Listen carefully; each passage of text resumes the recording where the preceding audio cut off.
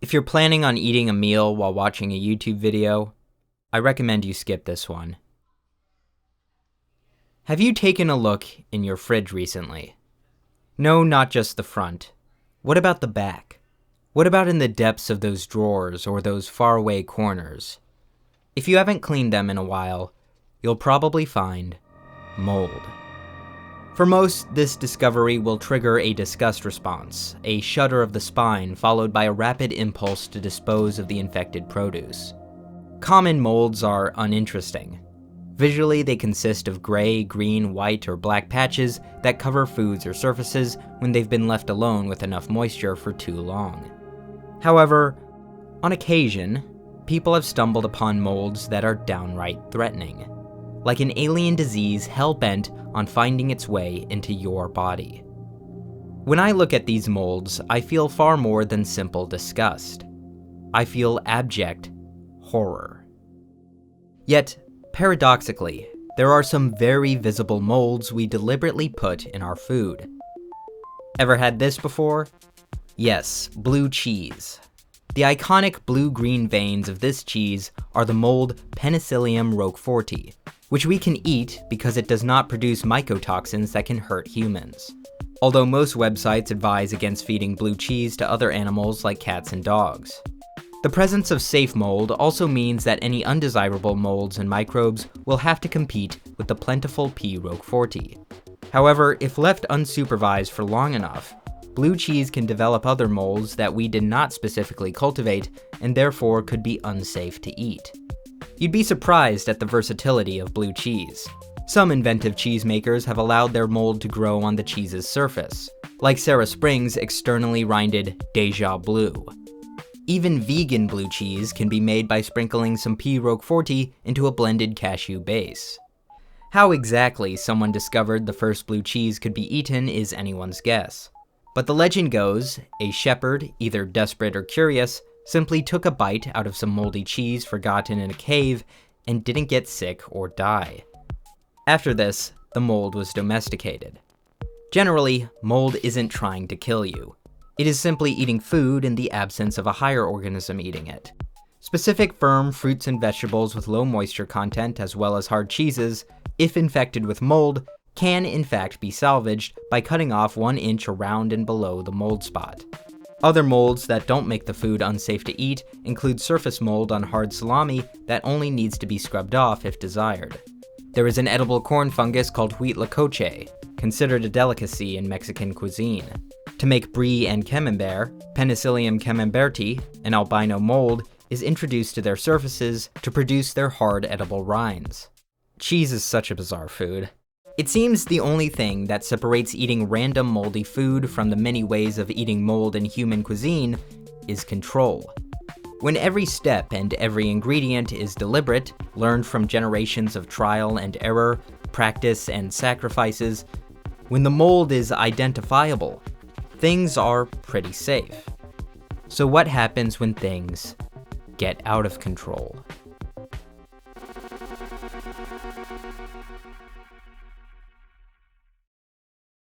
They say all of us, including slime molds and fungi, descended from a common ancestor. But do you know the full story of your ancestors?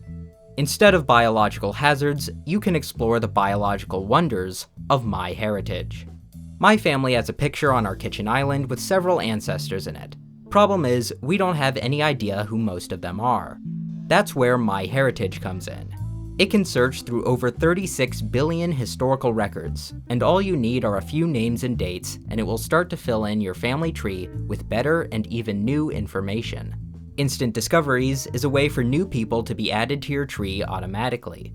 I added this Lorenzo guy, my great-great-great-grandfather, and with a click of a button, over 40 people were added to fill in my family tree. For those who want to get deep into research, census records, birth and death certificates, newspapers, and other family trees can all be explored. You can also message people and receive messages from people working on their family trees to collaborate on research. This helpful stranger discovered we could be distant cousins. Using my heritage, I'm even able to obtain photos of my ancestors and visually match their faces to the photo I have. I can then colorize and enhance these photos. Through their service, I was even able to find the faces of potential ancestors from the 1700s. If this kind of family sleuthing interests you, sign up for a 14-day free trial with the link below, or scan the QR code on screen and enjoy all MyHeritage has to offer. Thanks once again to MyHeritage for sponsoring this video. There are likely millions of fridges in America that have small pockets of decaying food waiting to be unearthed, each of them disgusting. But imagine, if you dare, an entire fridge filled with nothing but decay. For every human body stuffed into a fridge in fiction, there is no refrigerator that makes me shudder more than the Baker family's abandoned fridge from Resident Evil 7. It horrifies me even more than the fridge with a head in it that shows up later in the same game. Unfortunately for us, unlike all the supernatural science fiction biological horrors and even mold monsters in the game, this fridge has plenty of analogs to reality. Of the more than 1 billion fridges in the world, a few are bound to be neglected in a similar manner. And yet, there exists one man in this world whose fridge is so disgusting, so legendary, that his namesake derives from it. Fridge Bro is the nickname given to a 4chan user who, on one fateful day in 2015, began a series of posts documenting the biohazardous conditions he was living in. His fridge, of course, was the center of attention. Its contents so blackened, it was as if the decomposing food was trying to censor itself. And inside this fridge was a closed container of sour cream. This man's house is one of the most disgusting environments I have ever seen. It is the hellish cage of a deeply broken soul who has managed to survive for years until his apparent arrest, in what I can say without exaggeration is an unsafe home. And yet, whatever you can imagine is in this closed container of sour cream is probably worse than the reality, because he did post what it looks like inside. And it's bad, but not as bad as I thought it would be. Like every other type of horror, when it comes to food horror, it is the unknown that infests my every thought. We do not have all the footage that was taken of the MacHale supermarket cleanup. With much of the footage we do have, details of the rotting food are fuzzy. Consider that a mercy. In July or August of 1999, MacHale Supermarket in Fort Worth, Texas, a 36,000 square foot grocery store, shut its doors. In September, the owners filed for bankruptcy. Even before this end, they didn't exactly run a tight ship. They received multiple health code violations and often had trouble making the payroll. So instead of taking the usual routes to get rid of all the food inside by either donating or throwing it away, they simply locked the doors and left. Over the next 60 to 90 days, meat, fruits, vegetables, and dairy products rotted. Some reports online say that the owners fled to Laos, but this did not occur. One official alleged that the owners had shut off the power when they left. By at least October 18th, the electricity was shut off by the company supplying it, allowing the produce to rot even more rapidly in the Texas heat. Fruits ripened and decayed, causing a chain reaction among other fruit. Fly eggs hatched, meat liquefied. The smell of rot attracted rats and insects who consumed this feast, allowing them to multiply. One worker reported that the population of flies inside was so dense that you could not see the hand at the end of your own arm. Soon, deadly gases had filled up the building. A city environmental management specialist detected low levels of oxygen inside. The reason why no one intervened earlier seems to be because of miscommunication and/or passing the buck between the building owners and the bank. Regardless of who was really to blame, the stench spread throughout the neighborhood, becoming so bad that one resident claimed she couldn't turn on her AC because it would attract the smell. One man claimed he got a headache every time he walked across a nearby street. A contractor company, A+ Budget Movers, was contacted to clean up the mess. But after one look inside, they determined they were not at all qualified to deal with something of this magnitude. The store was finally declared a health hazard, and after a thorough investigation, cleanup began. Starting on November 13th, the store was boarded up. Pesticides were used to kill a majority of the pests and bacteria. And finally, some brave heroes donned air-filtering masks, hazmat suits, and oxygen tanks, and soldiered into the store. Aisle by aisle, shelf by shelf, the beyond spoiled produce was picked up and thrown into bags, which were sealed away in bins. Before workers were allowed to exit, they needed to be decontaminated. One exterminator remarked that of all the infestations he had seen, on a scale of 1 to 10, it's about a 15. I've never seen anything like it. The environment was so toxic that even rats were dying from the bacteria. By November 30th, the building was fully sanitized, but officials reported smells still lingering into December. Recently, the MacHale supermarket incident has gained the reputation of being the Chernobyl of food spoilage. But for 10 years it remained an obscure event, until some footage of the cleanup was aired in an episode of the TV series Life After People. This incident fascinates and frightens me, as it does many others, who express these feelings in their own special ways. It's a unique piece of horror content. Nobody died, unless you count the rats and insects and all the animals that were slaughtered for their meat just so it could rot. No ghosts haunt the premises, except for maybe someone who was murdered in a robbery in an unrelated crime on the same location. Some claim, though I'm skeptical of this, you can still detect a smell from the building, which now is a Dollar General. The horror mostly comes from the massive waste and deadly nature of the decay. Food is a collection of energy, and the thing about a collection of energy in the wild is that it stabilizes very fast. It is the same materials we use to preserve food that made the MacHale supermarket so nightmarish. Had the food been out in the open without any packaging, it would have simply been carried off by wildlife, or turned into compost. When meat is wrapped in plastic, it is dissolved by bacteria. When milk is stored in plastic jugs, the extent of lactic acid and other gases cause them to explode. The only thing that may have been safe to eat in that store was the canned goods and jars of honey, if not for the fact the outsides of these containers were coated with deadly bacteria. As of 2019, there are over 100,000 food stores in the United States of various sizes, and certainly hundreds of thousands more globally. Each one of them is a potential hazard. In Canada in 2021, Bavarian Meat Products, a 14,000 square foot butcher shop filled with meat, was closed, leaving all of it to rot for more than a year. For an additional 3 weeks, no one could legally get inside the building. Eventually, after the deputy mayor got local media involved to shame the property owners, an experienced cleanup crew was allowed to deal with the daunting mess. In Missouri in 2023, city inspectors discovered Seafood City's owner had left thousands of pounds of seafood rotting inside the building after being ordered to close due to improper refrigeration. Piles of seafood, famously smelly even when it's fresh, were left to rot for months and had to be removed by a biohazard cleanup team. It seems like incidents like these are happening everywhere all the time, some less dramatic than others. Each time this happens, it's easy to blame irresponsible ownership, but it seems miscommunication and red tape don't help either.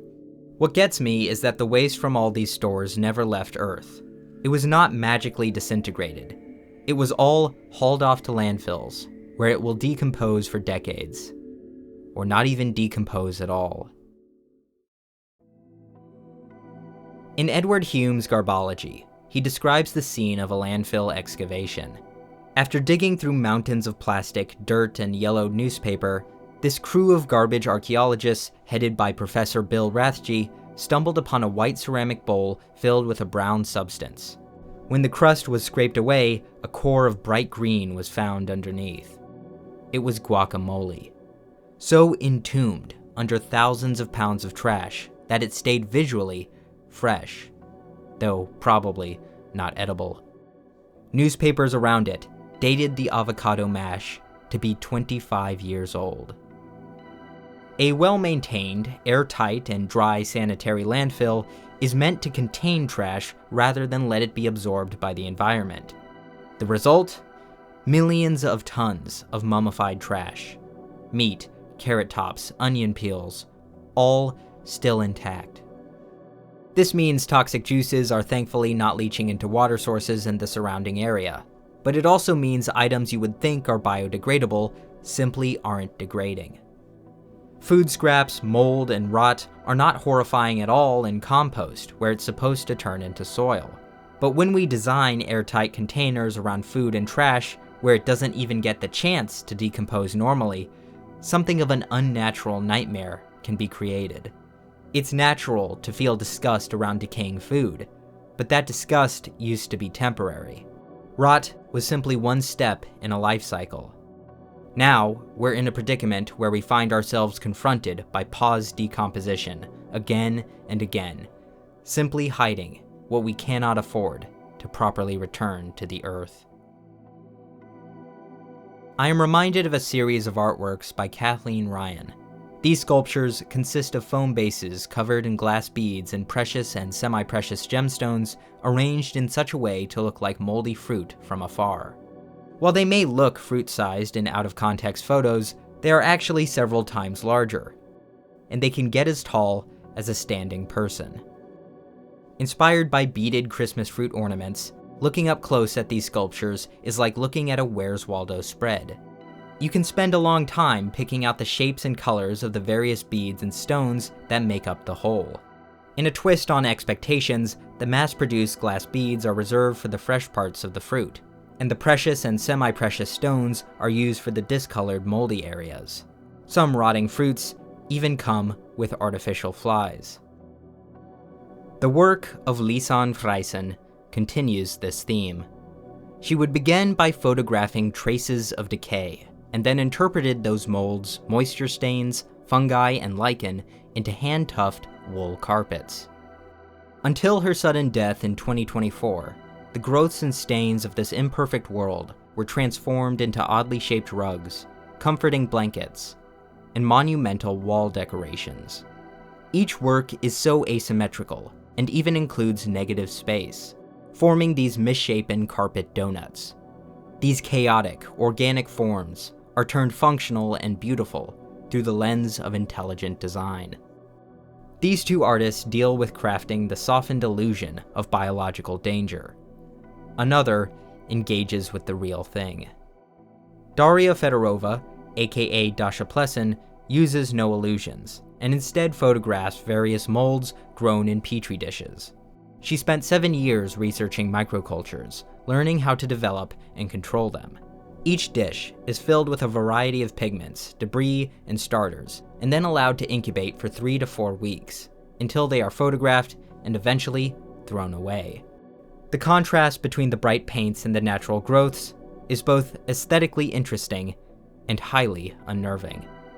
The close-ups of these molds trigger a visceral sensation in the depths of my lizard brain. Finally, Antony Gormley's bed, while not focused on rot, is disturbing in another way. Made out of over 8,000 slices of Mother's Pride bread, this bed of bread features cutouts, or rather bite-outs, of 2 human figures. Even imagining eating your own volume in bread is nauseating, but that's apparently what Gormley did to produce this work. After this, each slice was dried out and then dipped in paraffin wax before being stacked to produce the final sculpture. To think, this bed was created in 1980. After 45 years, I'm surprised the beyond stale, partially moldy construction has not simply collapsed into dust. In fact, the bed once had to be fumigated after an infestation of Indian bookworm, and put behind glass to protect viewers from breathing in the insecticide. Using halfway eaten slices of bread arranged to form the silhouettes of human figures was utilized elsewhere in the breadworks. These figures float and tumble, interrupting their 2-dimensional bread grids with a lightness not present in these huge, one might even say wasteful, blocks of bread. This hole in the bed may not be made for me, as it is a cutout representation of Gormley's own body mirrored, but there's something about it that beckons me to lay on it, imagining a soft support. But upon closer inspection, the blackened and hardened slices make me reconsider. These eternally moldy fruits, rugs, bread slices, and petri dishes, on one hand, show a side of these important microbes we don't normally appreciate. On the other, they're a reminder of an omnipresent problem. The gentlest lesson I can learn from these artists is that there are unique textures and colors to be discovered in things we find repulsive, as long as someone is brave enough to dissect them. Everyone finds their food very personal, and even the inkling of something wrong with it can cause panic. The supply chains we rely on, with their thousands of steps, can lapse at any point.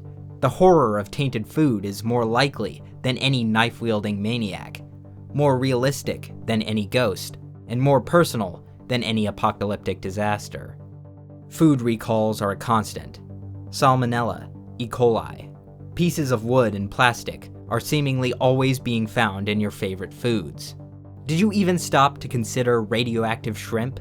Radioactive shrimp from Walmart. Radioactive shrimp from Walmart. To bring us back to Earth a bit, it's unlikely you're going to get food poisoning from food that was meant to be recalled. If you do get poisoned, it's more likely from food being inadequately prepared in your own home. So it's good to be cautious. But as this Rutgers article puts it, most people eat most foods on most days and don't get sick. You don't want to get trapped in your own mind.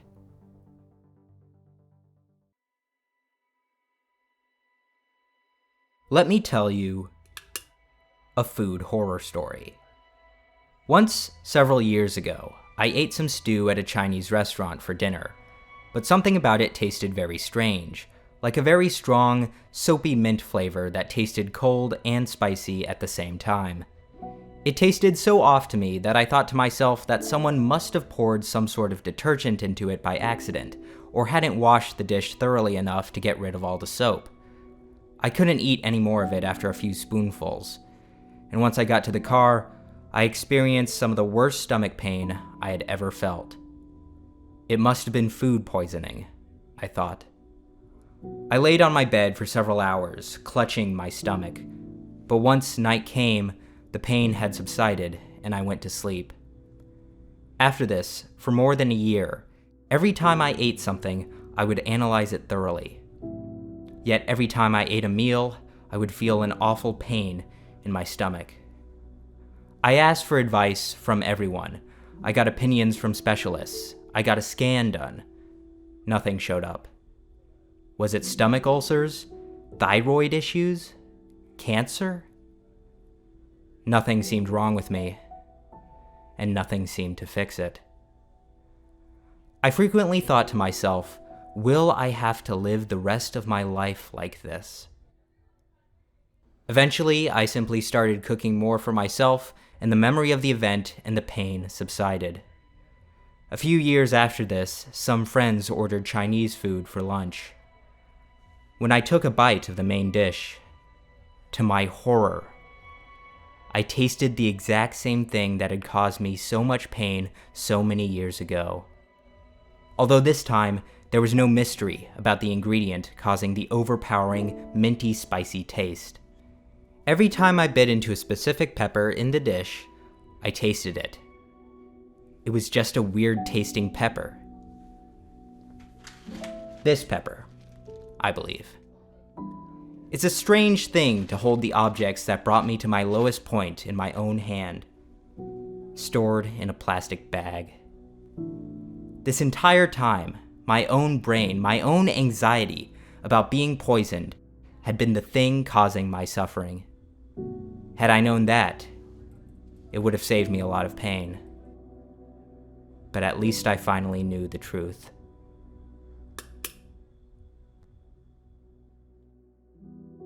Mold, decay, is like a slow-motion fire, consuming everything in its path until there's nothing left but ash.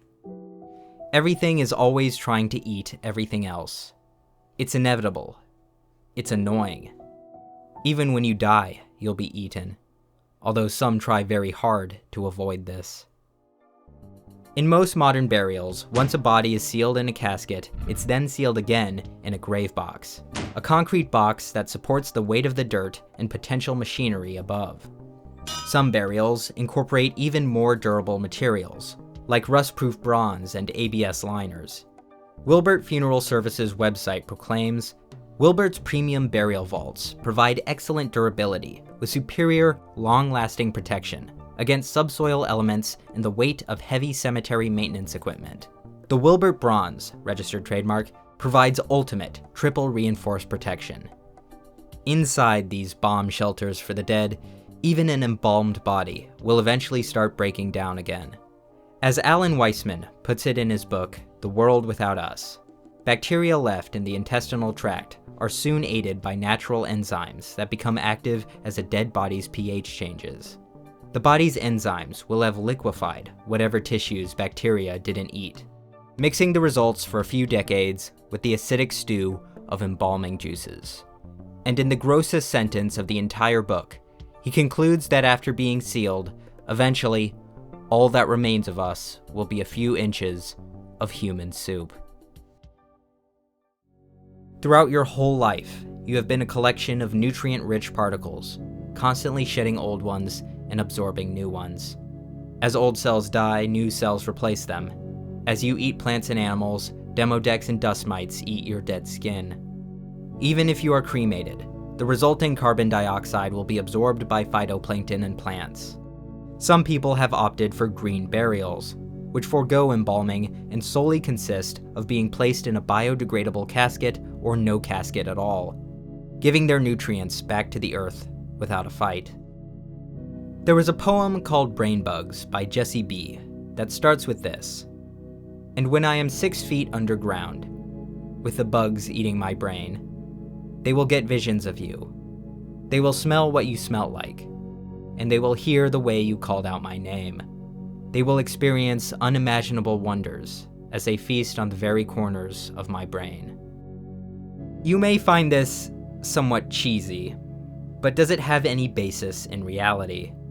Although decomposition begins almost immediately after death, it's possible to imagine that information could be retrieved from a corpse, using some far-out sci-fi technology to reorganize molecules in precisely the correct way to form your brain once again.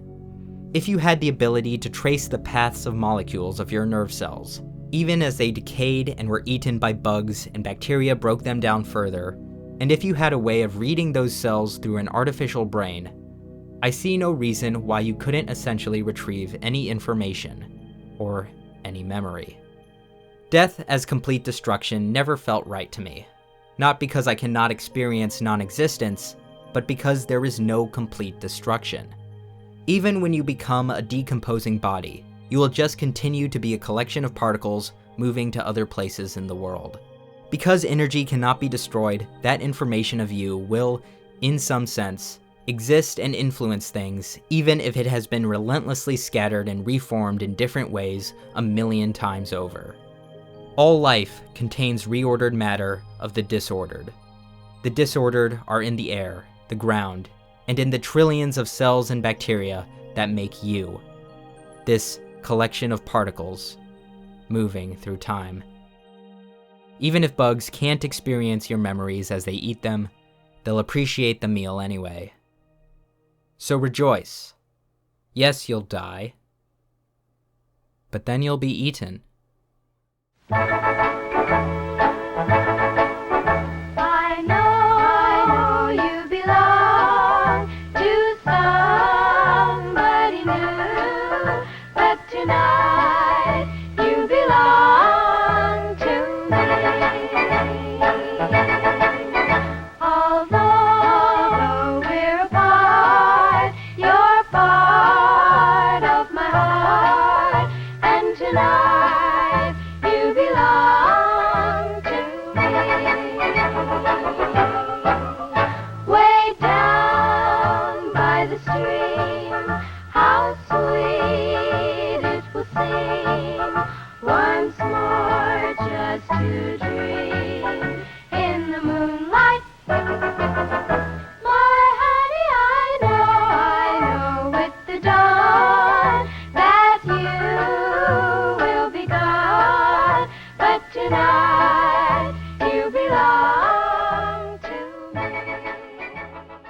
Thanks to all Patreon supporters and all the contributors once again for seeing this project through. A reminder, if family sleuthing interests you, sign up for a 14-day free trial with the link below or scan the QR code on screen and enjoy all my heritage has to offer.